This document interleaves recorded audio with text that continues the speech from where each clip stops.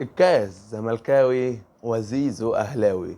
الزمالك يفوز بكأس مصر على حساب بيراميدز بعد ركلات الترجيح وركلات المعاناة، ولكن افتتح التسجيل في المباراة أحمد عاطف قطة، ولكن أتى الأسطورة ناصر منسي ليسجل هدف التعادل في الدقيقة ال76.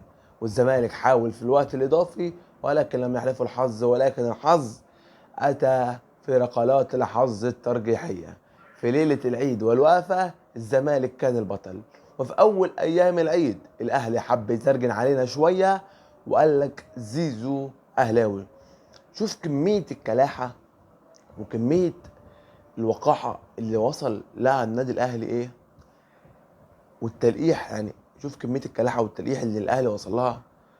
إنك عمرك شفت تقديم لاعب في العالم بيتحط له تاريخ 6 يونيو 2025؟ وعندك كلاحة كمان اليافطة بيقول لك مع التقسيط والشروط والأحكام تطبق الشروط والأحكام. يعني أنت دلوقتي اللاعب احنا اشتريناه منك بالتقسيط مع إيه؟ مع تطبيق الشروط والأحكام. كمية كلاحة وصل لها النادي الأهلي فظيعة جدا جدا.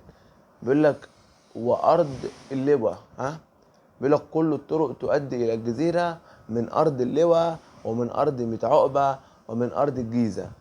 كل حتة في مصر بتأدي إلى الجزيرة. عارفين يا عم كل حتة في مصر هتأدي إلى الجزيرة.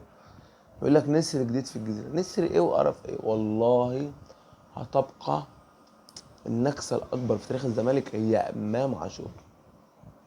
زيزو لكن هيبقى إمام عاشور هي النكسة الأكبر في تاريخ نادي الزمالك. خلصت وانتهى الأمر.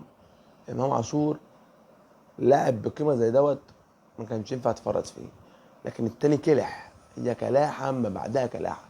تنساش يا حريف بقى الاشتراك في القناه وتفعيل الجرس ولايك وكومنت ايجابي، وما تنساش الدعم الايجابي لاخواتنا الفلسطينيين. اللهم كن لهم عونا ونصيرا.